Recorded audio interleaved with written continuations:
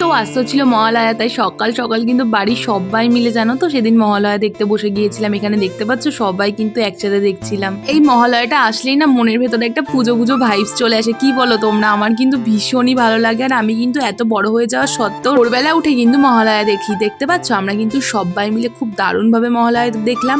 আর তোমাদেরও মহালয়া কেমন লাগলো তোমরা জানিও অবশ্যই। আর আজকে হবে মহালয়া স্পেশাল মাটন। আর মাটনটা মা কিভাবে রান্না করেছিল চলো তোমাদের সাথে শেয়ার করি। প্রথমে দেখতে পাচ্ছ মা আমাকে বললো যে সবকিছু ম্যারিনেট করে দিচ্ছে, যেরকম ছিল ওই লবণ, হলুদ, শুকনো লঙ্কার গুঁড়ো, তারপরে টক দই, এই সমস্ত কিছু। এরপরে মা পেঁয়াজটাকেও কিন্তু লাল লাল করে ভেজে নিল। আর এখানে আমি দিয়ে দিলাম একটা পেস্ট, যেটা ছিল ওই রসুন, আদা, জিরে, শুকনো লঙ্কা এইসবের। তো এবার আর কি, এবার ভালো করে মশলাটা কষিয়ে নিলাম। আর এরপরে দিয়ে দিলাম ম্যারিনেট করা আগে থেকে মাটনটা। দেখতে পাচ্ছ এরপরে কিন্তু তোমাদের গ্যাসের ফ্লেমটা হাই করে রেখে বেশ খানিকক্ষণ কিন্তু তোমাদের কষিয়ে নিতে হবে। দেখতে পাচ্ছ কত সুন্দর তেল বেরিয়ে এসেছে, তাই না? তখনই বুঝবে মাটনটা কিন্তু অনেকটাই হয়ে এসেছে। এরপরে দিয়ে দিলাম আগে থেকে ভেজে রাখা আলু। এরপর আলুটা দিয়ে বেশ কিছুক্ষণ কষিয়ে নিয়েই কিন্তু তোমরা জল দিয়ে দিতে পারো। আর হ্যাঁ, এখানে কিন্তু একদমই ঠান্ডা জল ইউজ করো না। আমি যেহেতু এটা প্রেশার কুকারে দিচ্ছি না, আমি কিন্তু অবশ্যই এখানে গরম জলটা ইউজ করেছি। তোমরাও এইভাবে করো।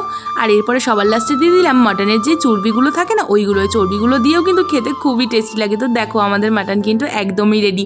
তো চলো চটপট খেতে বসা যাক। এখানে ছিল মাছের মাথা দিয়ে, আমি কিন্তু রসুনও দিয়েছিলাম এটাতে। আর খেতে তো খুবই ভালো হয়েছিল। তো তোমরা কেমন খাওয়া দাওয়া করলে জানিও। বাই।